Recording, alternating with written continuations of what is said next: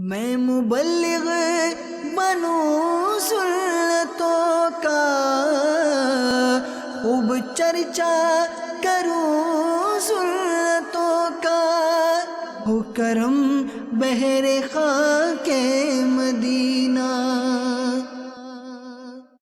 الحمد للہ رب العالمین، والصلاة والسلام علی سید الانبیاء والمرسلین، اما بعد فاعوذ باللہ من الشیطان الرجیم، بسم اللہ الرحمن الرحیم۔ الصلاة والسلام علیک یا رسول اللہ وعلى آلك وأصحابك يا حبيب الله۔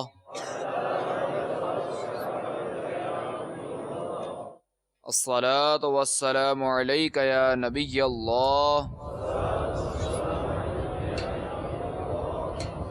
وعلى آلك وأصحابك يا نور الله۔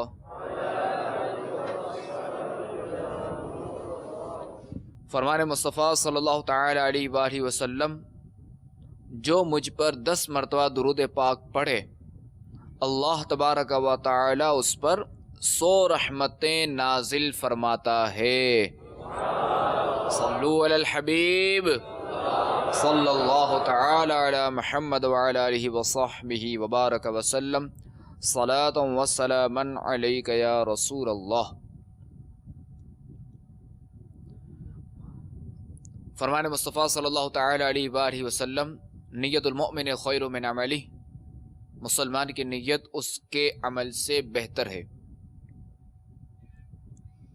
اور یہ یاد رہے کہ کسی بھی کار خیر کا ثواب بغیر اچھی نیت کے نہیں ملتا۔ تو ہمیں چاہیے کہ جب بھی ہم کوئی اچھا کام کریں تو اس سے پہلے جو ہے وہ ثواب کی نیت کر لیا کریں، اچھی اچھی نیتیں کر لیا کریں۔ اگر ایک نیت کریں گے تو ثواب کم ہوگا، اور اگر جتنی نیتیں زیادہ ہوں گی اتنا ثواب بھی زیادہ ہوگا۔ تو ہمیں چاہیے کہ جتنا نہ بن پڑے اچھی سے اچھی نیتیں کر لیں تاکہ ہمارے ثواب میں اضافہ ہو۔ تو آئیے نیت کرتے ہیں۔ نگاہ نیچی کے خوب کان لگا کر بیان سنوں گا۔ صلو علی الحبیب، اذکر اللہ، توبوا الی اللہ وغیرہ سن کر ثواب کمانے اور صدا لگانے والوں کی دل جوئی کے لیے بلند آواز سے جواب دوں گا۔ ٹیک لگا کر بیٹھنے کے بجائے علم دین کی تعظیم کی خاطر جہاں تک ہو سکا 2 زانوں بیٹھوں گا۔ میں بھی نیت کرتا ہوں۔ قرآن پاک میں ارشاد باری تعالی، ادع الی سبیل ربک بالحکمت والموعظۃ الحسنہ، ترجمہ کنز ایمان، اپنے رب کی راہ کی طرف بلاؤ پکی تدبیر اور اچھی نصیحت سے۔ اور بخاری شریف میں وارد اس فرمان مصطفیٰ صلی اللہ تعالی علیہ وآلہ وسلم، بلغوا عنی ولو آیہ، یعنی پہنچا دو میری طرف سے اگرچہ ایک ہی آیت ہو، تو اس میں دیے ہوئے احکام کی پیروی کروں گا، نیکی کا حکم دوں گا اور برائی سے منع کروں گا، قہقہ لگانے اور لگوانے سے بچوں گا۔ صلو علی الحبیب صلی اللہ تعالی علی محمد وعلی آلہ وصحبہ وبارک وسلم، صلاۃ و سلاما علیک یا سیدی یا سیدی یا مکی یا مدنی یا عربی یا قرشی یا ہاشمی یا مطلبی یا رسول اللہ۔ ویسے تو آپ سب کو معلوم ہی ہوگا کہ معجزہ جو ہے نبی ہی کو عطا ہوتا ہے۔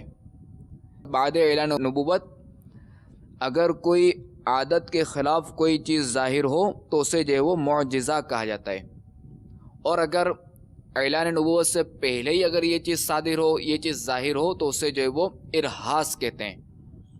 ویسے تو ظاہر ہے کہ انبیاء کرام علیہم السلام کے بے شمار معجزات ہیں، مگر ہمارے آقا مدینے والے مصطفیٰ صلی اللہ تعالی علیہ وآلہ وسلم،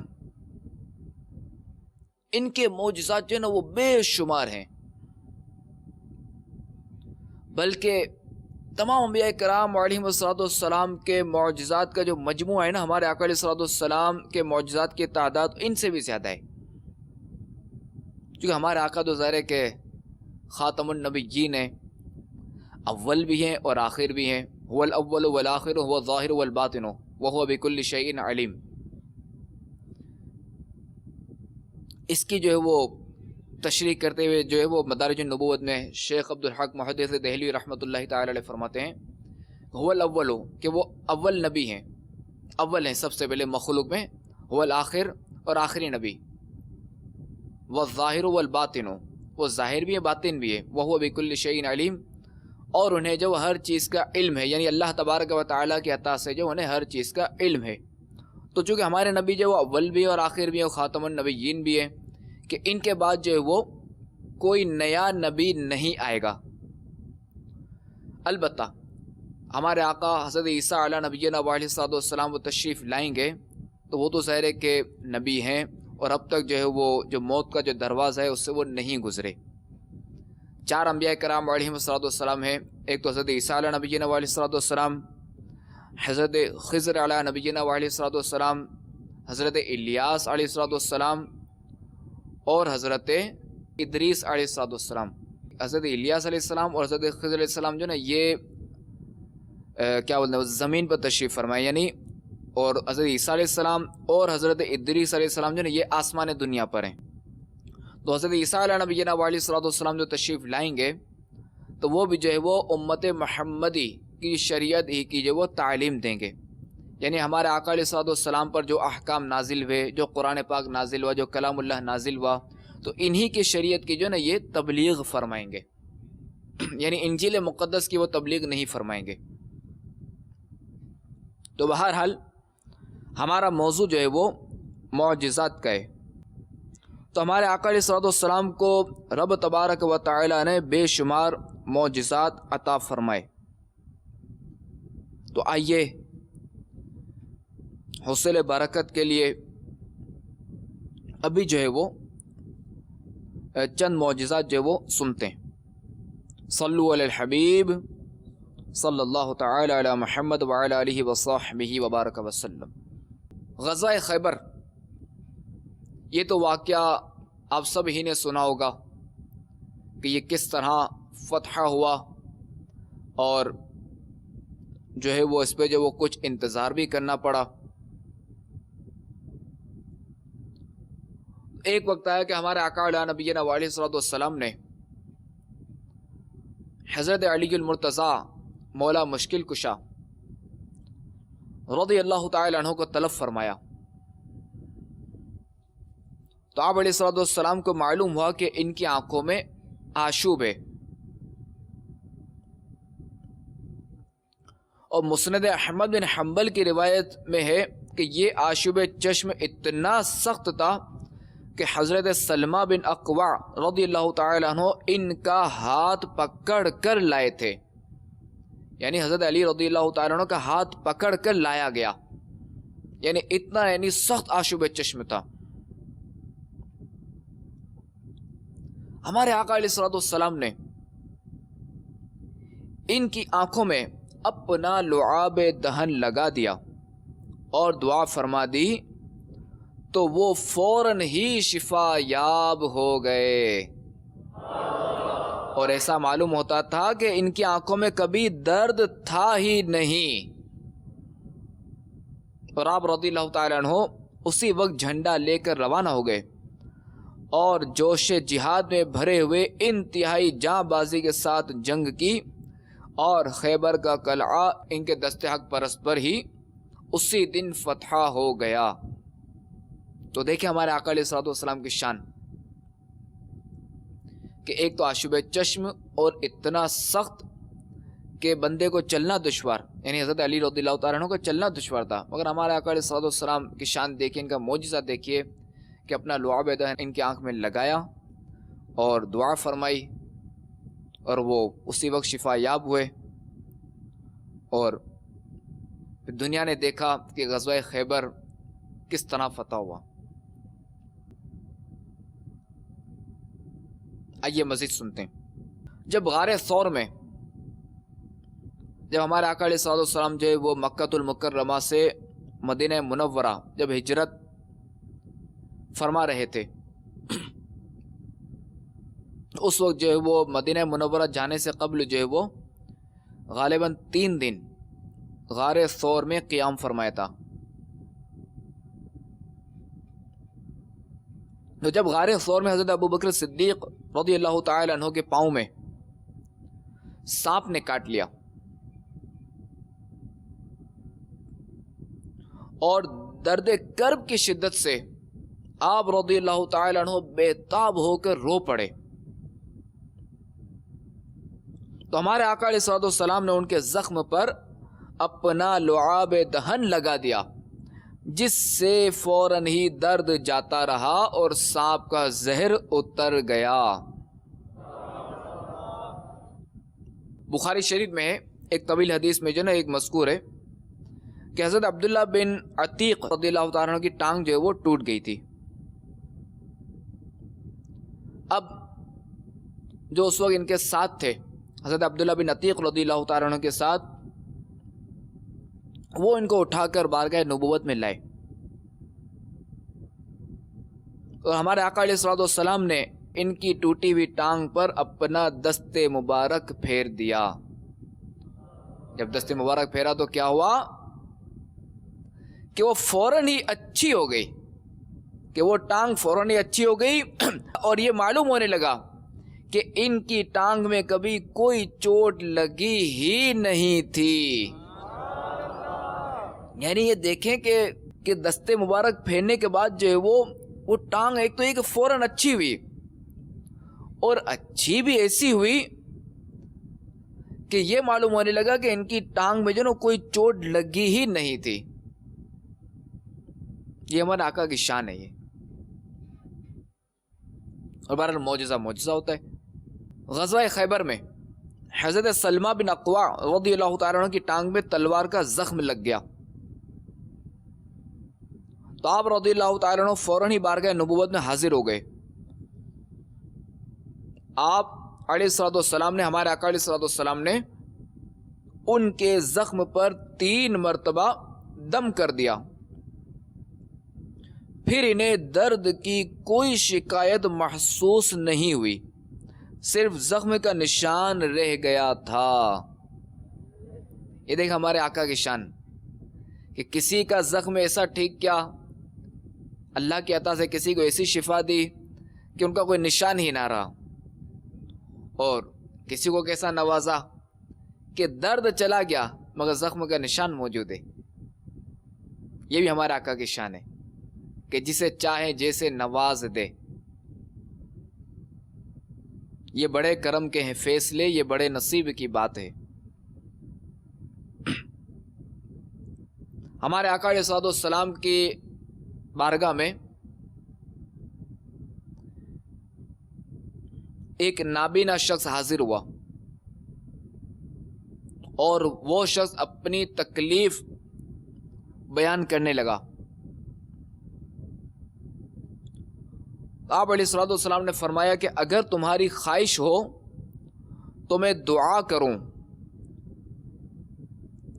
اور اگر چاہو تو صبر کرو کہ یہی تمہارے لیے بہتر ہے.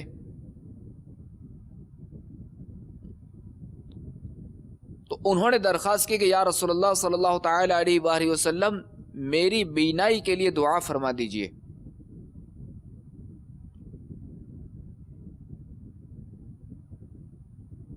تو ہمارے آقا علیہ الصلوۃ والسلام نے ان سے ارشاد فرمایا کہ تم اچھی طرح وضو کر کے یہ دعا مانگو کہ اے اللہ عز و جل اپنے رحمت والے پیغمبر کے وسیلے سے میری حاجت پوری کر دے. یہ ترمذی اور حاکم کی روایت میں اتنا ہی مضمون ہے، مگر ابن حنبل اور حاکم کی دوسری روایت میں اس کے بعد یہ بھی ہے کہ اس نابینا نے ایسا کیا تو فوراً ہی اچھا ہو گیا، اور اس کی آنکھوں پر بھرپور روشنی آ گئی. یہ بھی دیکھیں ہمارے آقا علیہ الصلوۃ والسلام کا معجزہ ہے کہ آپ علیہ الصلوۃ والسلام نے جو ہے وہ ان سے جو ہے وہ اس طرح دعا مانگنے کا فرمایا، اور ان کی جو وہ بینائی آ گئی۔ اور یہاں یہ بھی معلوم ہوا کہ اگر وسیلہ اگر ناجائز ہوتا، اسلام میں وسیلہ اگر منع ہوتا، تو ہمارے آقا علیہ الصلوۃ والسلام کبھی بھی اس کی تعلیم نہ فرماتے۔ تو یہاں دیکھیں کہ ہمارے آقا علیہ الصلوۃ والسلام نے وسیلے کا فرمایا، یعنی یہ فرمایا کہ اس طرح دعا مانگو کہ خداوند عز و جل اپنے رحمت والے پیغمبر کے وسیلے سے میری حاجت پوری کر دے۔ تو معلوم ہوا کہ وسیلہ جو وہ یہ جائز ہے۔ اور یہ بھی یاد رہے، اولیاء کرام رحمہم اللہ السلام سے جو بھی کرامات کا ظہور ہوگا تو علماء کرام رحمہم اللہ نے اسے بھی ہمارے آقا علیہ الصلوۃ والسلام کے معجزات میں شمار فرمایا ہے کہ اولیاء کرام کی جو کرامات ظاہر ہوگی یہ بھی ہمارے آقا علیہ الصلوۃ والسلام کا معجزہ ہے۔ یہ جو وہ مفتی احمد یار خان نعیمی رحمۃ اللہ تعالی علیہ نے مرآت شرح مشکات میں یہ تحریر فرمایا ہے۔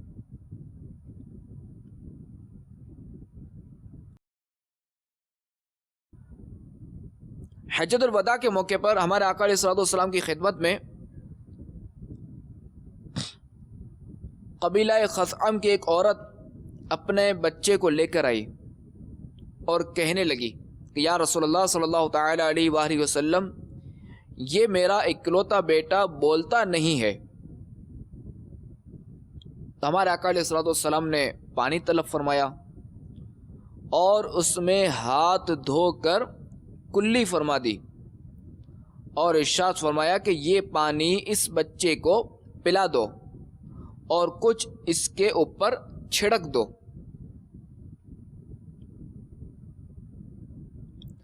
دوسرے سال وہ عورت آئی تو اس نے لوگوں سے بیان کیا کہ اس کا لڑکا اچھا ہو گیا اور بولنے لگا۔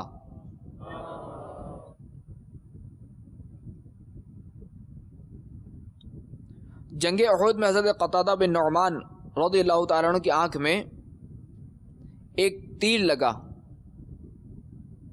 جس سے ان کی آنکھ ان کے رخسار پر بہہ کر آ گئی۔ یہ دوڑ کر رسول اکرم صلی اللہ تعالی علیہ وآلہ وسلم کی خدمت میں حاضر ہو گئے تو ہمارے آقا علیہ الصلوۃ والسلام نے فوراً ہی اپنے دستے مبارک سے ان کی بہی ہوئی آنکھ کو آنکھ کے حلقے میں رکھ کر اپنا مقدس ہاتھ اس پر پھیر دیا تو اسی وقت ان کی آنکھ اچھی ہو گئی اور یہ آنکھ ان کی دوسری آنکھ سے زیادہ خوبصورت اور روشن رہی۔ اور ایک روایت میں یہ بھی آیا کہ ہمارے آقا علیہ الصلوۃ والسلام نے فرمایا کہ اگر تم چاہو تو تمہاری آنکھ کو تمہارے حلقہ چشم میں رکھ دوں اور وہ اچھی ہو جائے، اور اگر تم چاہو تو صبر کرو اور تمہیں اس کے بدلے پر جنت ملے گی۔ تو انہوں نے عرض کی یا رسول اللہ صلی اللہ تعالی علیہ وآلہ وسلم، جنت بلا شبہ بہت ہی بڑی نعمت ہے، مگر مجھے کانا ہونا بہت برا معلوم ہوتا ہے، اس لیے آپ میری آنکھ اچھی کر دیجئے اور میرے لیے جنت کی دعا بھی فرما دیجئے۔ تو ہمارے آقا علیہ الصلوۃ والسلام کو اپنے اس جان نثار پر پیار آ گیا اور آپ علیہ الصلوۃ والسلام نے ان کی آنکھ جو ہے وہ حلقہ چشم میں رکھ کر ہاتھ پھیر دیا تو ان کی آنکھ بھی اچھی ہو گئی اور ان کے لیے جنتی ہونے کی دعا بھی فرما دی، اور یہ دونوں نعمتوں سے سرفراز ہو گئے۔ اللہ تبارک و تعالی ہر لمحہ ہمارے دلوں میں اپنے حبیب علیہ الصلوۃ والسلام کی محبت میں اضافہ فرماتا رہے اور ہمیں جو ہے وہ ہمارے آقا علیہ الصلوۃ والسلام کا عشق عطا فرمائے۔ ہمیں اپنے آقا علیہ الصلوۃ والسلام کی سیرت کے متعلق جو ہے نا کچھ پڑھنا چاہیے۔ ویسے تو دیکھیں کہ ہم نے جن کا کلمہ پڑھا، آخری نبی، قرآن پاک جن پر نازل ہوا، یہ بھی ایک معجزہ ہے۔ تو ہمیں ان نبی علیہ الصلوۃ والسلام کی سیرت کے بارے میں کچھ تو علم ہونا چاہیے، ان کے معجزات کے بارے میں کچھ تو علم ہونا چاہیے۔ تو الحمدللہ عز و جل امیر اہل سنت دامت برکاتہم العالیہ نے چند رسائل تحریر فرمائے ہیں، تو میرا مدنی مشورہ ہے کہ آپ انہیں ضرور پڑھیں۔ اور اپنا ایمان تازہ کریں اور اپنے دلوں میں اپنے آقا علیہ الصلوۃ والسلام کی محبت میں مزید اضافہ کریں. ایک رسالہ جو وہ سیاہ فام غلام، ایک ہے بھیانک اونٹ، اور نیکی کی دعوت سے جو شفاعت کا بیان بھی پڑھ لینا چاہیے، وہ بھی پڑھ لیں. اللہ تبارک و تعالی ہمیں عمل کی توفیق عطا فرمائے. آمین بجاہ النبی الامین صلی اللہ تعالی علیہ وآلہ وسلم. صلو علی الحبیب صلی اللہ تعالی علی محمد وعلی آلہ وصحبہ وبارک وسلم. میں مبلغ بنوں سنتوں کا، خوب چرچا کروں سنتوں کا، ہو کرم بہر خاک